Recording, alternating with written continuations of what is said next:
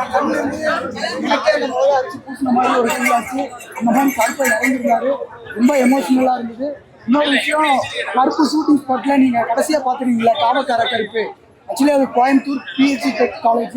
அங்கே தான் அந்த ஷூட் போச்சு. கரெக்டாக நவம்பர் 9ஆம் தேதி இந்த பாட்டு நான் எழுதினேன்.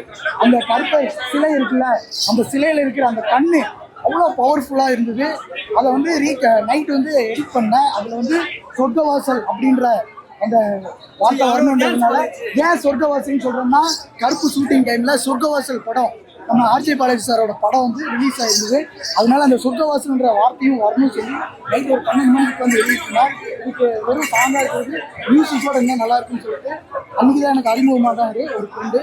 அவரோட சேர்ந்து நான் வந்து அந்த பாட்டு வந்து எழுதி முடிச்சுட்டேன். அதை பாடியிருந்தேன்.